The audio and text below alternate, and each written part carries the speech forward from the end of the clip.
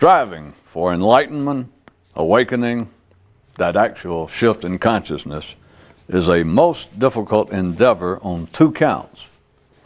The first problem is in knowing what to do to accomplish it, and the second is in then doing it on a constant basis. And you might care to know that until those involved in such endeavors understand the first problem, they think it to be the most challenging. Yeah. But boy, are they incorrect. In myth, men are given to killing off their heroes shortly after they have completed their heroic quest. Least, even in their own self-composed fiction, the truth leak out. Look, up in the sky, it's a bird. It's a plane. It's a rip in Superman's cape. Quick, turn the page. Whew, that was a close one.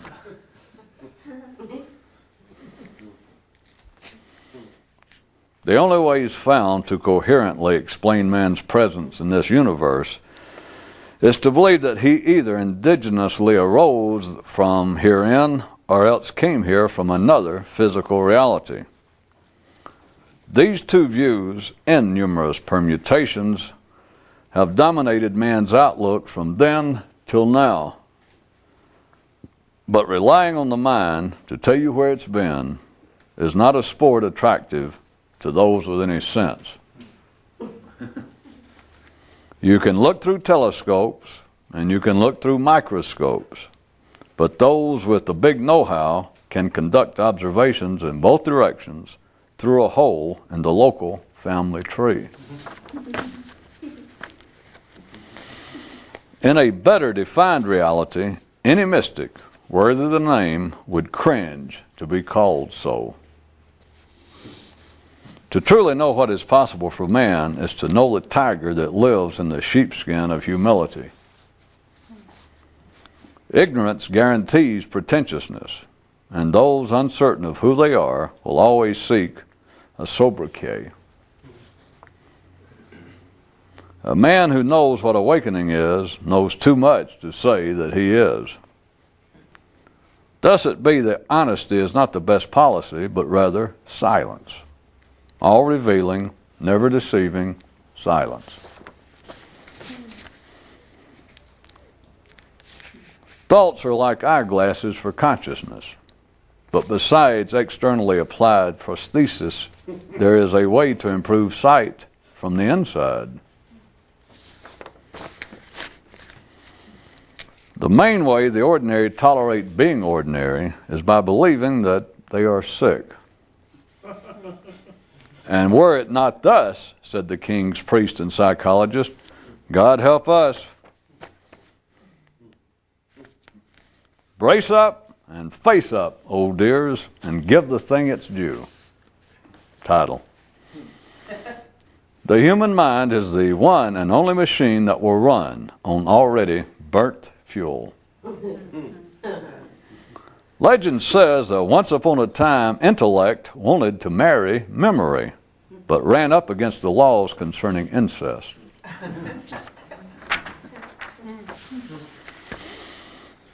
Ordinary men continue to try and explain life in words for the same reason that those afraid of trains will stand on the platform forever listening to schedules being called. After pondering, as he thought of it, on the matter for a while, as he measured things, one man says he's concluded that those who want to be more conscious are either like wolves, refusing to be anything less than leader of the pack, or wolves refusing to be a part of any pack. After he said that, he paused, rubbed his chin, and rolled his eyes from side to side for a while, and said he guessed he needed to consider the matter further. Some bits of forgotten history. The original name for enlightenment was focus, and for awakening, control. Don't sound quite mysterious enough, do they?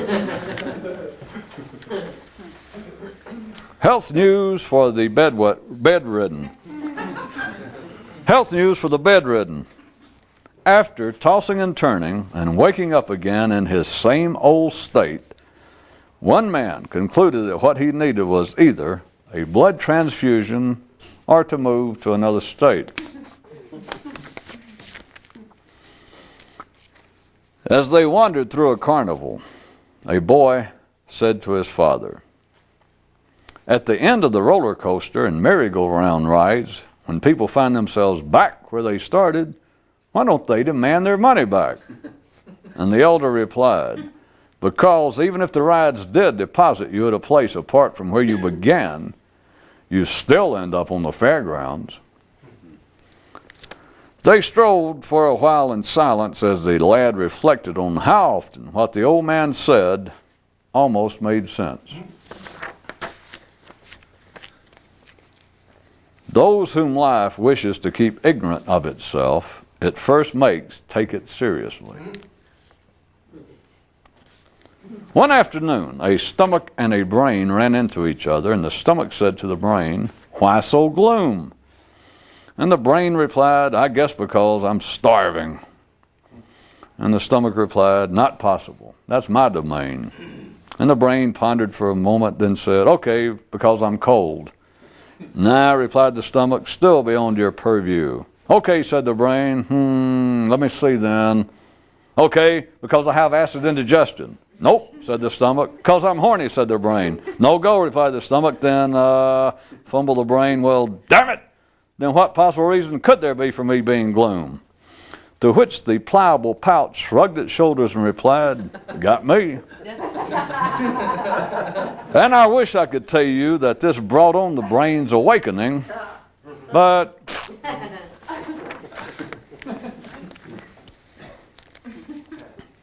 when one man first heard of religions, even the core of whole cultures, being built around the idea of ancestor worship, he initially thought, "How strange," until he suddenly remembered that he was saddled with having a memory also. Seen high on a neural hill.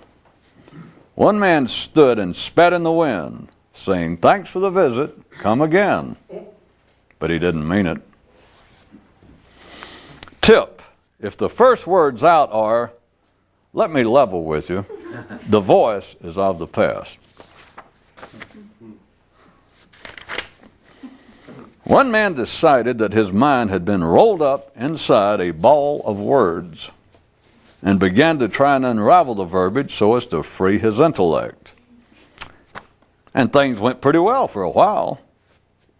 That is, until it started to work. Then, of course, he was forced to stop. Anyone who listened to this closely and still doesn't understand it, please write down in exhaustive detail just which parts of it escaped you. Then, when you're completely satisfied that you thoroughly covered it, count the total number of words it took you to do so. Mail that sum to me, and I will respond as quickly as possible, returning to you a number smaller than the one you sent to me. And if this is not exposition on the wing, then I'll lick a postage stamp without a chaser.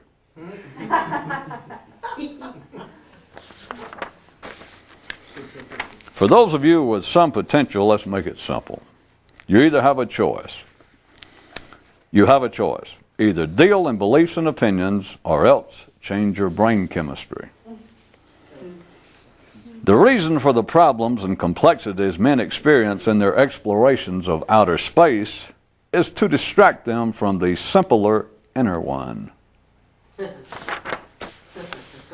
We interrupt for this breaking news story. A man in Burgundy just cried out, "There it is, I see it, an unidentified flying object." And someone nearby shouted back, "Where?" "In here," he replied. And now back to where we were. The speaker opened with this remark: "If you believe that Istanbul is literally just over the hill and that you will inevitably arrive there, then you attended the wrong geography class, assuming that there is such."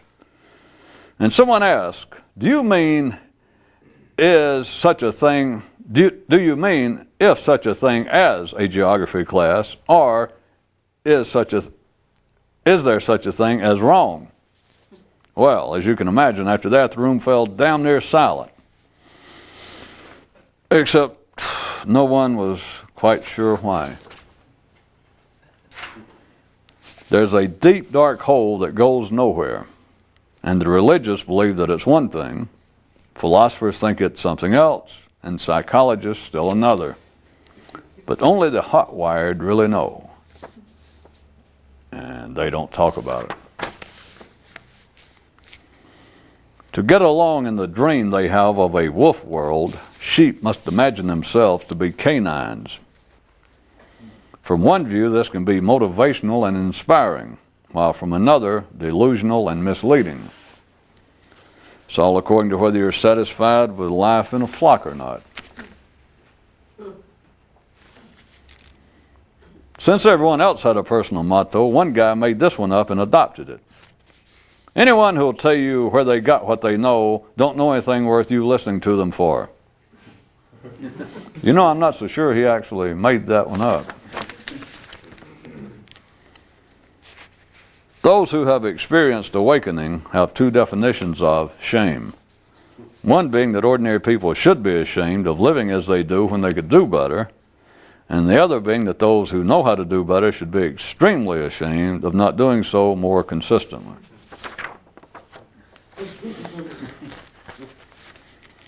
In a darkened theater, a voice said, "Shh, don't tell me how it ends." And a mystic called out, "Are you talking to me?" There was once a planet of creatures who were all non-mortally ill. But thing was, you were only ill if you didn't ever realize that you weren't. Shh, I told you not to tell me how it ends. In a darkened theater, a voice cried out, "Help, I'm trapped in here." And another one replied, "Where?" "In here, where else?" And as usual, the responding voice didn't get it. A man once wanted to ask a mystic if it was possible to understand so much about life that it made it difficult to live life, but decided against it. Decided he'd just wait and find out for himself. A man once wanted to ask a mystic if a state of extended consciousness would be something like thinking without words, but perforce was faced with an immediate, obvious problem. Yikes! And I sure hope you're able to see what it was. I hope. People wearing a borrowed suit of armor always want to tell you what they actually look like underneath. As soon as Confucius heard that people were talking about him, he cut his throat. Some children said, "Let's dress up in adult clothes and play grown-up." And some sheep said, "Let's dress up like wolves and play predator rather than prey." And standard mental impulsion declared, "I've got it. We'll disguise ourselves as fairly reliable knowledge, and no one will be the wiser for it. Certainly not man. Justice comes to those who wait. Justice comes to everyone. No one cares much for justice, save those who saw it coming."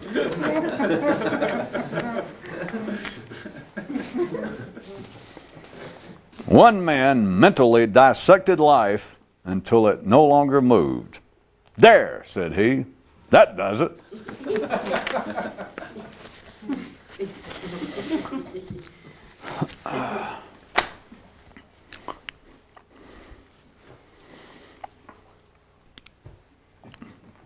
If you will give any oral attention to human conversation, there is something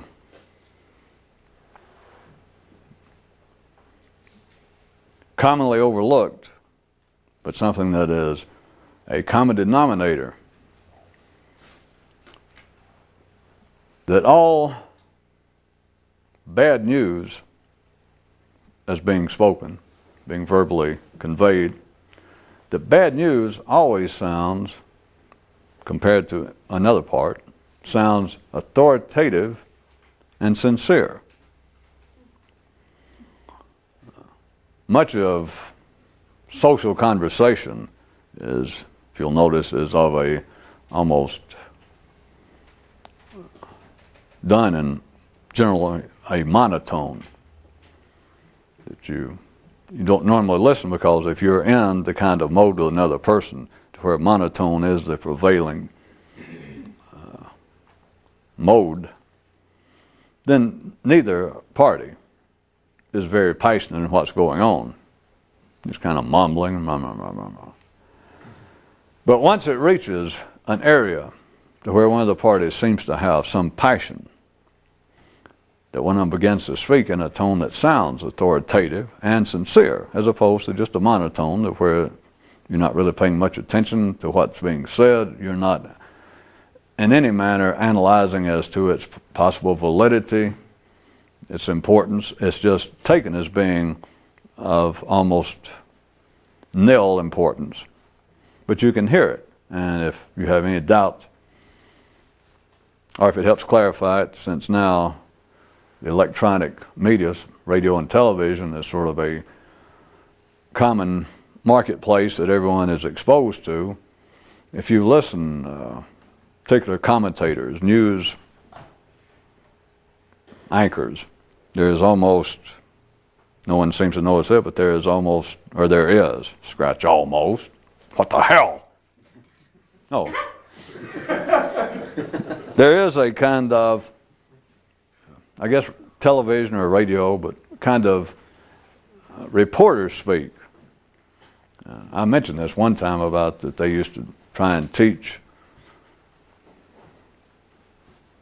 I sort of guessed it, but they used to try and would teach in radio announcer school, and in those who specialize in doing voiceovers for jingles, a kind of excitement.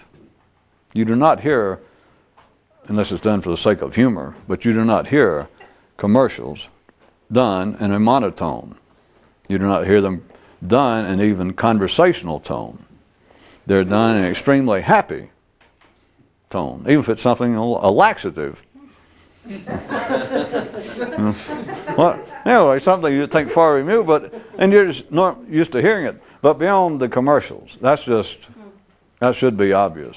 But again, you're so exposed to it, if you never take time to think about it, it's past your observation. But it's extreme happy talk and a sense of feigned excitement. I mean, they're being paid to push a product. So it's supposed to sound like the car America's been waiting for, the brand new Ford Taurus. Finally, a laxative that doesn't, something wrong, tastes like a laxative. But if you listen, I was going to say the news, because that appears to be, to most people, they would say that it's of a different level than just mere commercials. But if you listen, there is a very similar, it's just kind of a happy theatrical, and I say happy, and excited, I should leave it at that for a moment, talk that they all speak in. And it's become, there's nothing unusual. I'm not criticizing the news. It is in every flock. If you don't know, you can find a flock of sheep. They're over here living in the hills of West Virginia, and they will bleat with a certain patois. They will bleat in a way that if you could hear it, that is distinguishable between the general bleating of sheep in the plains of Nebraska or in the deltas of Mississippi. There simply is. But as I said, I was bringing out television just because it's now sort of a common medium to which you're exposed, whether you live in Maine or Washington or Florida or California. But if you listen, it is never presented because it's supposed to be important. And here it is, the news. And the reporter will start, a breaking story. Probably the most important thing that has happened in our state today, or in Washington, the president today, or the prime minister of Lebanon has announced. You're just used to hearing it. It's not either right or wrong. But there is, in all of it, I point out again, it's not either good or bad, but the news is generally made up, and it's not today's news, it's not the fault of electronic media, it's not television, it has always thusly been, check back with Herodotus, that history, the news, is just generally bad news.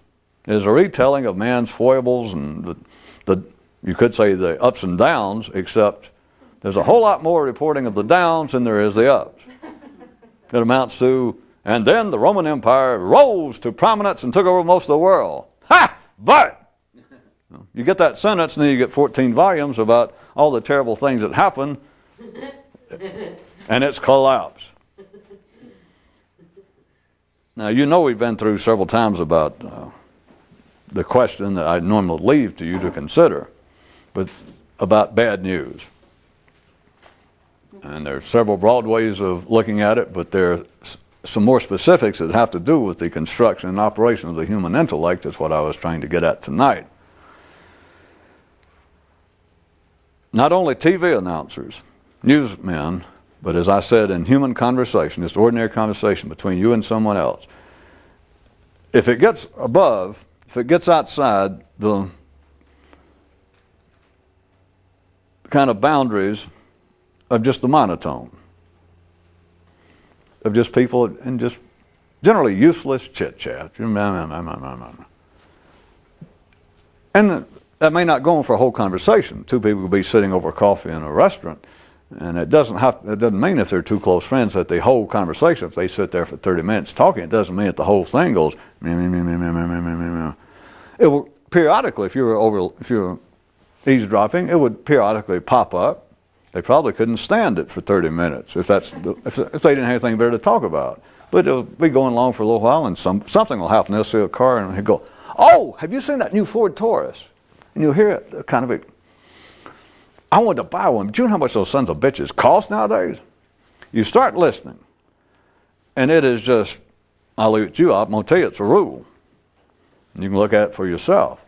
That whenever the tone of voice begins to sound, as opposed to just kind of a monotone, impassionate chit-chat, when it takes on a sound, and they're very similar, of authoritative or sincere, either way you want to look at it.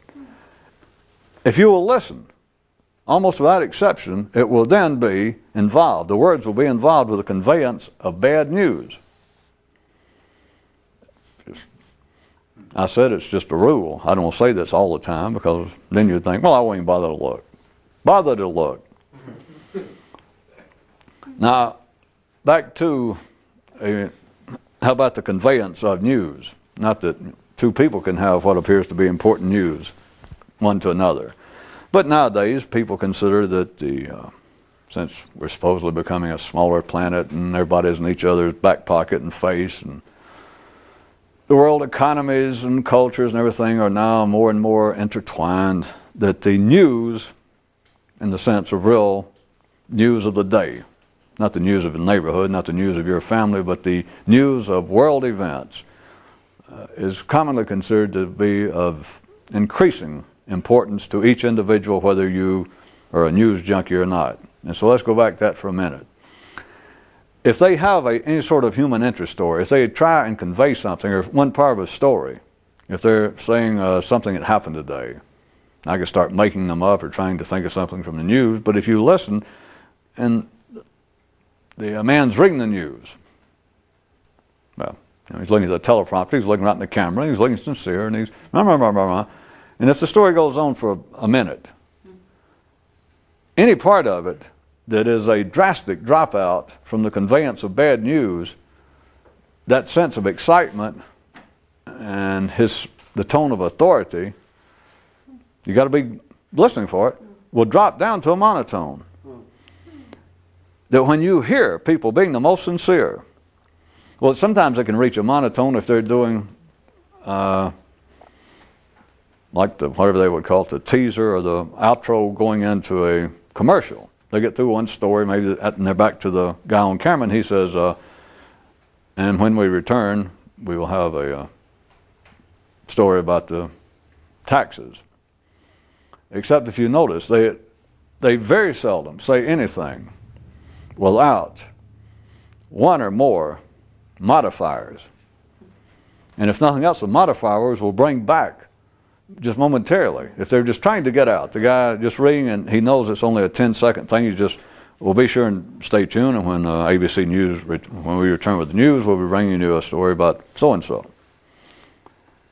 But they will normally have a modifier, and it will always be of a negative sort. Be sure and just come back to him from some film story, and it's just back on him looking at the camera, and when we return, we will have a shocking story to do with the waste of taxpayers' funds again. We will have a story that will astound you. You don't have to hear more. If you hear him holler astound, you don't think, well, it's going to be such good news it'll make me wet my pants. You know it's not. Whatever they're referring to, and be sure and tune in when we have another example of our tax money at work that will horrify you. Again, you're so used to hearing this, not only on TV, but in real life, that no one notices it. But as soon as here's the point, I'm not going to keep on with this, or you'll think I am talking about the news, that if you listen out in life, or if you want to sit there by yourself, if it looks like more of a laboratory experiment, and watch them do the news and listen, and don't get involved with the content of what they're saying, just the tone, and watch it figuratively, that is what you're listening to. When they take on the tone of speaking with authority, which is somewhat of a misdirection itself, the man just sitting there reading it, but anyway, that's part of today's society, is that you take it as being, they advertise that these people who read the news, the networks and the local stations pushing, of course, them being in business, but pushing, why you should watch our news, and they'll be talking about, be sure and tune in, Sam Schwartz, the reporter, the news anchor that America trusts.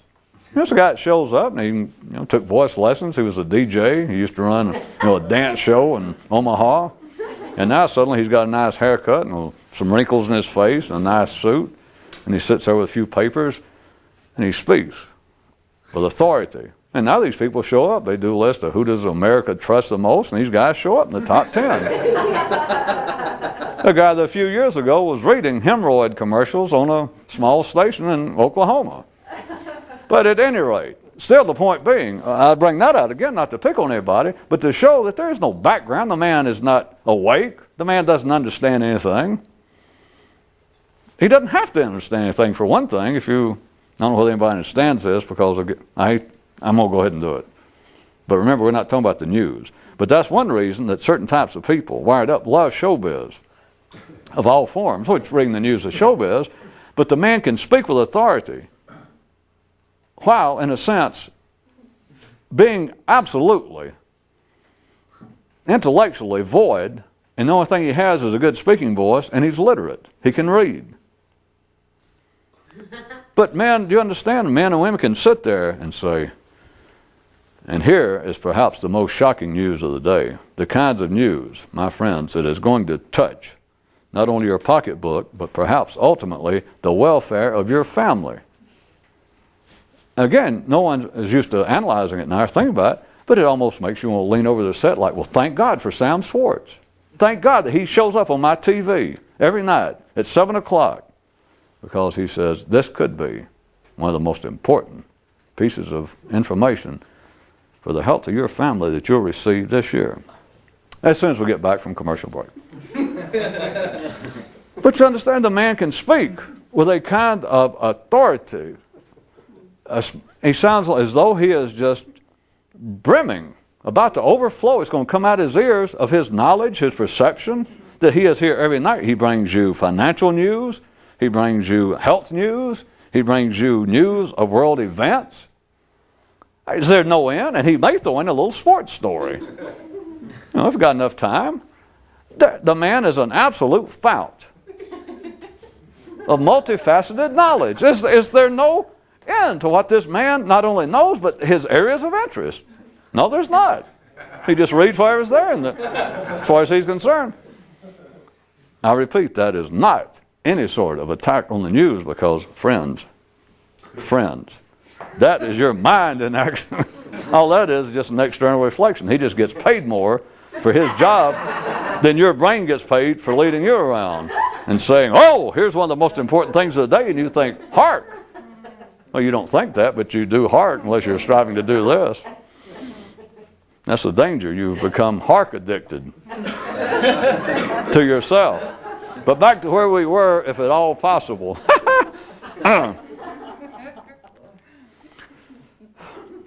If you listen, and you're just going to have to judge this, you're going to have to look at it in a relative way compared to if we're looking at this, consider a 30-minute show of this one newscaster, if you're going to take it, just specialize watching a newscast. At the times, if you sit and measure, it won't take you but a few seconds to realize it, but to drag it out, if he is actually talking on screen, I know he's not for 30 minutes, but let's say 20 minutes, at the times, the height, if you would listen to it, the height of his sincerity, and when he seems to be speaking with the most authority. And remember, we're already getting 3 generations at least removed from the original illusion. So consider. In other words, he's just reading something somebody else wrote. So it's not that he has any understanding of it. It's not that he has any interest. It's not that he's even paying any attention, which is what makes it so easy, in case you ever notice, for news people to absolutely say something ridiculous because they didn't write it and they don't even notice. They're not listening. The other night I heard, well, this is not the point, but somebody, you'll hear them just mangle geography or mispronounce some word like they're very sincere, and they'll say, and yesterday so-and-so died. The author of perhaps one of the 20th century's most telling, psychologically deep dramas, Waiting for Godot. And they just keep right on. You think, but up until then, the person looked so sincere that they couldn't believe that what's his name had died. You know what the play means to any good, right-thinking 20th century person? They don't listen. They don't have to. So that's 3rd generation removed from illusion, that is, what other people think of as being reality. But back again, to try to pick up where we were. If you were listening, say for the 25 minutes that the person is speaking, and you could picture some graph about the heights of when they appeared to be speaking, when they sounded to be speaking with authority, when they seemed to really get into the story. Again, if you could even ignore what they were saying, they may be saying, now here's the most important story perhaps of this week. But if you could just ignore that and listen to the tone, it is the only times it really approaches, I know it's relative, but when it approaches their most authoritative sound, the depths of their sincerity, it's always the worse the story is. That is, the worse the news is, a bombing. Wait a minute, you think it was something. Yesterday we were sad to report a man went berserk in a Waffle House in Butte, Montana, and shot 4 people. But my God, today, I must tell you, here from Sacramento, a Denny's, a man shot 14 people, including one man who had a college education. The sincerity goes up, the worse the story. Now, besides the things that we've considered before, and that you can look at the atom of all bad news is the fact that we're going to die.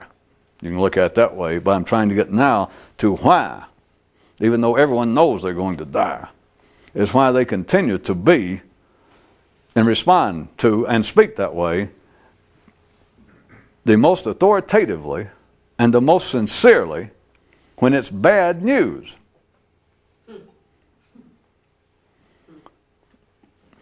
If I haven't made the point by now, if you don't hear it, I shouldn't say I've made the point, if I haven't described it enough that you understand that it's true in life, it's not just the news, that people, your aunt calls you up, your mother calls you up, hello, how are you, how are you? Well, spring's finally here. Well, yeah, the weather is finally warmed up. I thought it was going to rain. I didn't know whether, yeah, man. Oh, by the way, did I tell you what happened to your Aunt Clara? And you know already it's going to be, she broke her leg, she died. I forgot to tell you. And suddenly, the conversation picks up, and people begin to speak with a kind of passion, a kind of sincerity, a kind of deep interest, where the rest of the time, oh, hello, like if your mother calls you every day, it'll go along like this, oh, hello, how are you? Got up a little late this morning. But it has to get into bad news, or else it is just almost a monotone. What is it from a more specific comparison to the dynamics, the operation, the construction of the human mind? Let me proffer to you this rhetorical question. Is it possible that the human mind is not constructed to react to good news? Yes.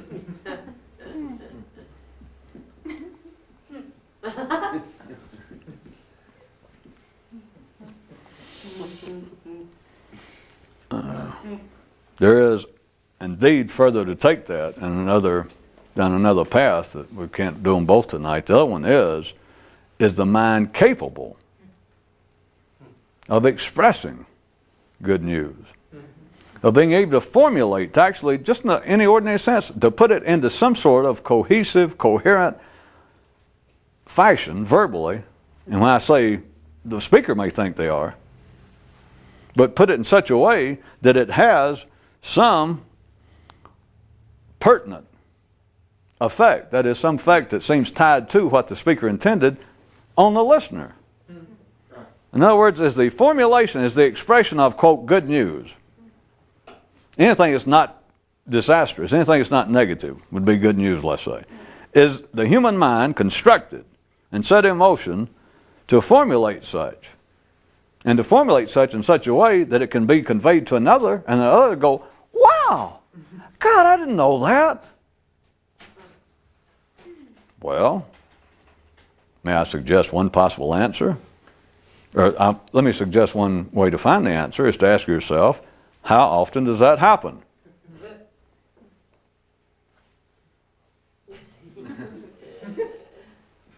What do you think I've been talking about? But why? We can make it easy. We've been through it in this direction before. It's just saying, have you ever noticed that just about all news is bad news? And people go, well, yeah, you're right. Because somebody's always just throwing that out, just in a monotone. They're not very passionate. Somebody just, crap. I quit listening. I hate the news. It's all bad news. Wait, turn that up. What was that?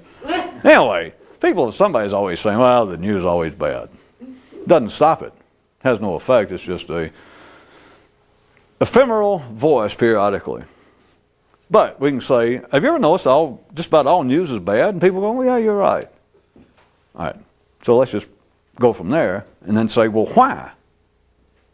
And no one ever considers the fact that the mind may not be constructed to deal with, to receive good news. And I said the one we couldn't go into, but I'm going to go ahead and, again for tonight, since we went over so well last time, even though they're actually two separate sub-melodies to the same theme, but we'll go ahead and I will create before your very eyes a medley, a collage, an olio. I will, so to speak, mush them together. That the mind may not be formulated to deal with, to receive good news, and the mind may not be able, the ordinary mind, to perceive good news. Now the last part, any ordinary mind could go, well, pooh, that can't be true. I can convey good news. Well, let's consider right quick. What can it do? A man can say, I won the lottery. You think that's good news. What will be the next words out of his mouth? God, you know how much they're going to take out of my taxes out of it? You know how much I actually get? This is not sarcasm. It's not irony. Because you don't normally listen to it. A person can the ordinary mind is almost incapable. I keep saying almost and all this to give you room to shift around, to convey what apparently would be good news. Because if you told somebody, if you just told an ordinary person, do you realize that I heard the idea that men cannot ordinarily, or do not ordinarily ever convey good news, and an ordinary person would go, well, that's not true. It's not true. And they could think of something. Like, well, I bought a new car. And I was telling my buddy over here, I was just bragging to him, how happy I was to buy the new car. Of course, you wouldn't believe the payments.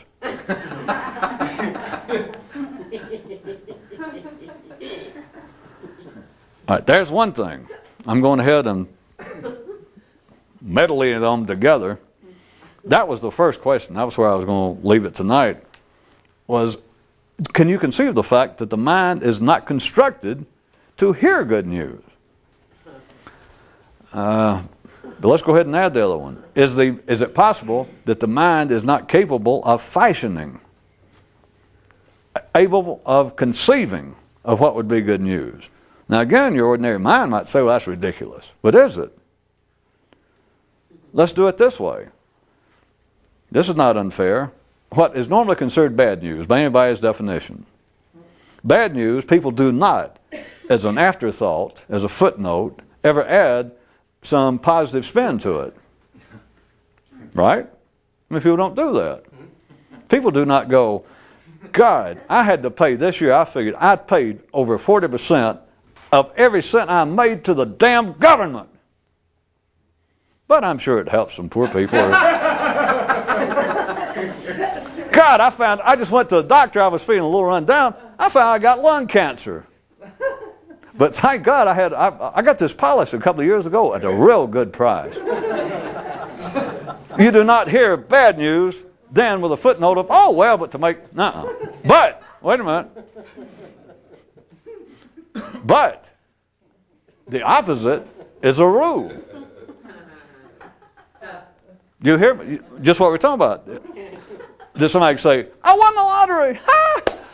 But goddamn, they took 40% of it, just like that.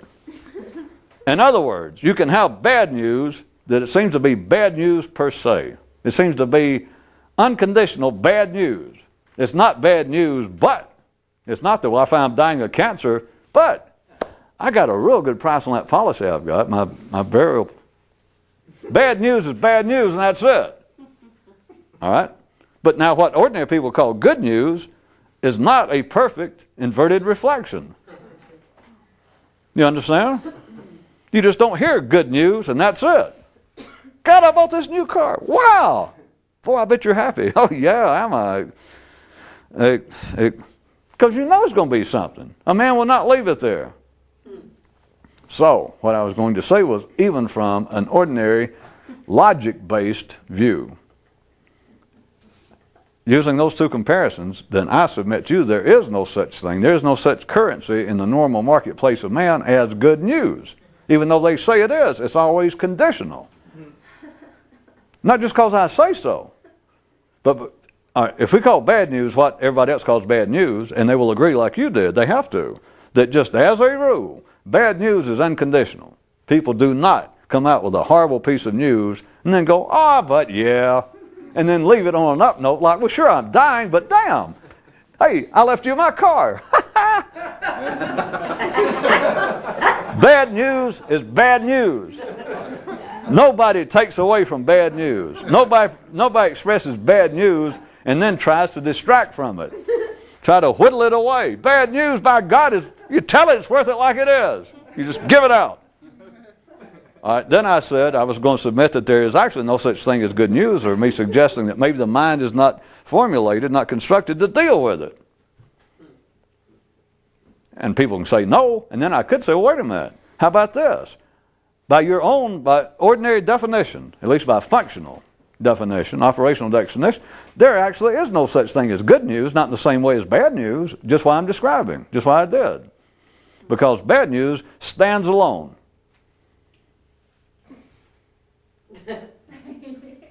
Good news always has, just as a rule, listen, figure it out for yourself. Listen, it always has a condition. It will always have a bad spin at the end. It will have a negative footnote. Well, yeah, I won the lottery, but damn, 40% taxes, give me a break. He's like, what's the man complaining? He won $5 million. Yeah, but they took, 2.5. If there is no such thing as good news, then why would it be? Taking aside all the childish beliefs that, well, God don't want us to have good news or we're cursed, it has to do with the operations of the human nervous system into the brain, and the brain being not the completed organ that the stomach is. That the brain having an open-ended, the brain having a western frontier, having an unsettled area. But the ordinary mind cannot look over the frontier. If I had somebody, I got to speed it up now to a more non-routine level. If an ordinary mind, assume that people listening to me get some concept of why I'm saying that, yeah, that's true. That in the sense that bad news is just commonly conveyed, one person to another, it's just out there, it just runs through everything that men talk about, which is simply a reflection of what they think about. That bad news stands alone, it is the most common currency, and it's just seldom that you hear good news expressed, and when you do, it's almost inaudible, for one thing, because there sounds to be no authoritative tone to it. People show no great sincerity with it. There's no great passion and excitement, not anything, they can be a little, but compared to bad news, for a man to say, I won the lottery. Wow, great for you. Great! You call 40% taxes out just off the top? That the bad news, what appears to be the afterthought, just listen to people.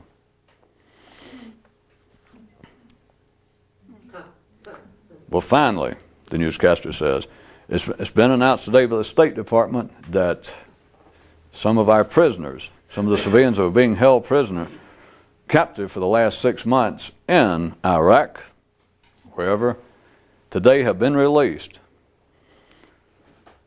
But,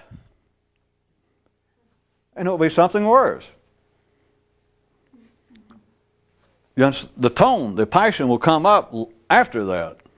Now what I'm asking you to consider is the fact that the mind, that this is not a flaw, it is not stupidity, and it's not caused by circumstances. It's not because circumstances are a non-ending string of bad news, other than the fact you're going to die. We've been through that. For those of you that weren't here, by the way, you are going to die. I mean, just bring you up to speed. So get over that. But it's not that life is a whole series, a string of non-ending bad news reports. Even though it's reports, it's not there's a non-ending string of bad events. What if it is that the mind cannot conceive of unconditional good news, because unconditional good news would require that one be more conscious?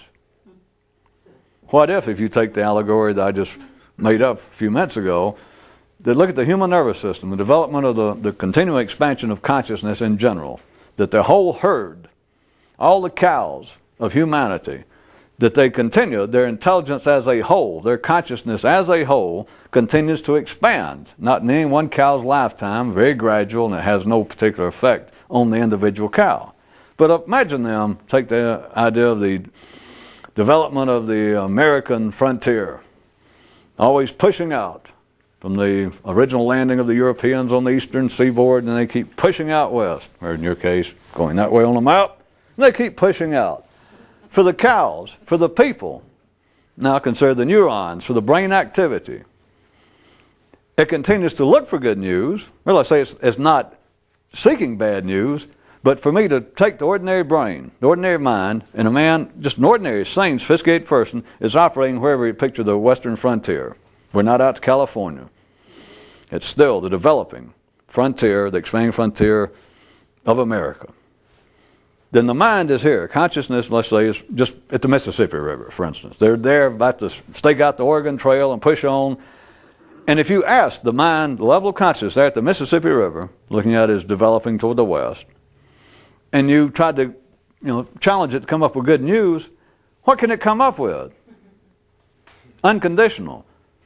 I'm going to go ahead and answer it. I already suggested that the only good news, the unconditional good news, the only good news that would not be followed by a negative tailspin, the only unconditional good news would be that available to someone enlightened, someone who had had consciousness expanded, that had it liberated from there at the frontier of the herd, of all the other settlers. Because it's only when you can get past where it is that anything is unconditional. That's why only the so-called, or why it seems even to those who've never experienced, but why there's always this speculation that these certain figures in life, if you take away the idea of them being divinely inspired or something, that these figures seem to have spoken with some great authority. They seem to have just stated this is this and this is that. That you didn't hear Buddha and Lao or Moses going, well, I don't know. Well, here's what I think. They came down and said, hey, here's what's what. Of course, fanatics can do that. People on drugs can do that. You may have a crazy Uncle Hubert that might shout down from the attic. Things like, he shouts down declarations. Get ready this Friday. I can tell that Pluto's going to hit the earth again. But we're talking about other than those exceptions. Why is it that there seems to be certain figures, and it even strikes many people far removed from it, that is, pick up and start reading the words of Lao, or supposedly the words of Zoroaster, and you just read it if you've got a certain, I'm not saying yay or nay about anything, but they seem to have, if you're wired up a certain way to read it a certain way, to hear it, that it seems to speak, and I don't mean anything other than this word, it seems to speak with a certain kind of authority. Taking away the idea after the fact that some people say, well, God talked to him. Well, he seemed to have spoken with some authority. They just, blah, blah, blah, blah. And with some people, not everybody, but with some people, those that are really taken with this, they read it and it strikes them. They may have to go through Buddha or Muhammad or God knows what. They'll find, if they're interested, they'll find somebody, and it can be thousands of years in the past. They may not know anything about the author, and yet they read it, and right there, the little dots on the page, the words put together in a certain way, the effect it has inside their neural system strikes them as though this is a piece of authoritative good news. But it is never about what appears to be the news in the world of events. It's in the world of states. And it is always about somewhere over the horizon. It is not about where man is now, because where man is now, no matter where he is, it's bad news, even when it appears to be good news. Some cows at the front of the herd holler, wow, we finally got water. They get the Mississippi River after they've been through some kind of 2 or 3 days of no water. And the ones up front holler, wow, we found a lake. Uh-oh, the bad news, and suddenly they fall in and drown. When it comes from the collective of man, even the good news, as it apparently comes from the front of the parade somewhere, the front of the herd movement, if there's any good news, it is immediately followed by, uh-oh, watch that first step. The point is, wherever consciousness is now, is what I'm saying, I suggest, and et cetera. You can look at it yourself. Wherever consciousness is now, especially with the herd, that's easy to see. That's why I was using newscasts and talking about news out there. In here, it's just as easy, but most people like to start out looking at somebody else. At the edge, at the very edge, wherever the collective consciousness has developed of any group of people, any culture, any nation, the world, past that line, only past that line would be unconditional good news, because what it is the future of man. And if man's got a future, it's good news, because the mind now thinks, I'm going to die. That's why it wants all these dreams about, well, maybe I'll come back to life.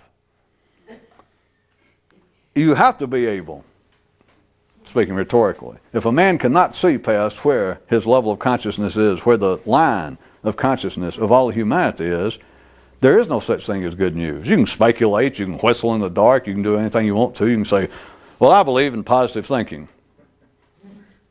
But those same people wet their pants when they see a spot on their x-ray on their lungs, or you start talking about death.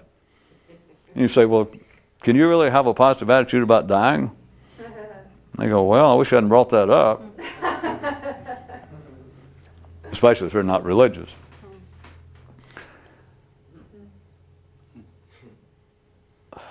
Four or five times of late,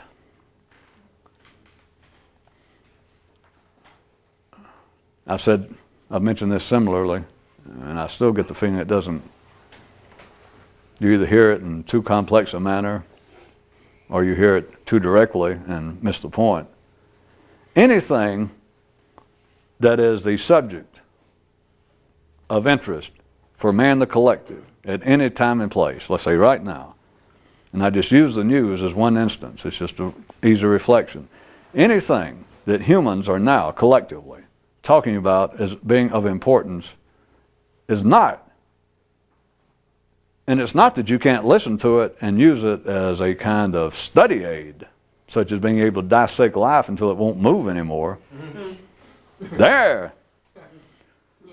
But if you entertain it, if you do not play heads up and do not hold and focus your attention and realize, well, all this talk about health care or international politics or whatever the pressing problem of the day is, and that you don't look at as simply connect the dots as part of a coloring book. It's part of your ongoing observation of this specimen called collective life or life.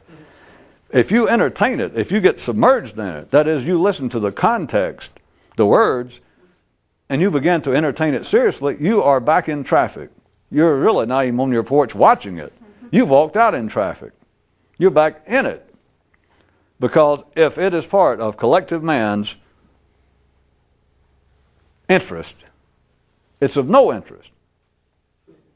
It has no value whatsoever. It is completely jejune. It is impotent. It is empty. It means nothing. If it meant anything, the herd would not be pondering it. They would not be discussing it. It would not be, by God, the most pressing problem us sheep face today. The most pressing problem the sheep face today is that they're going to die.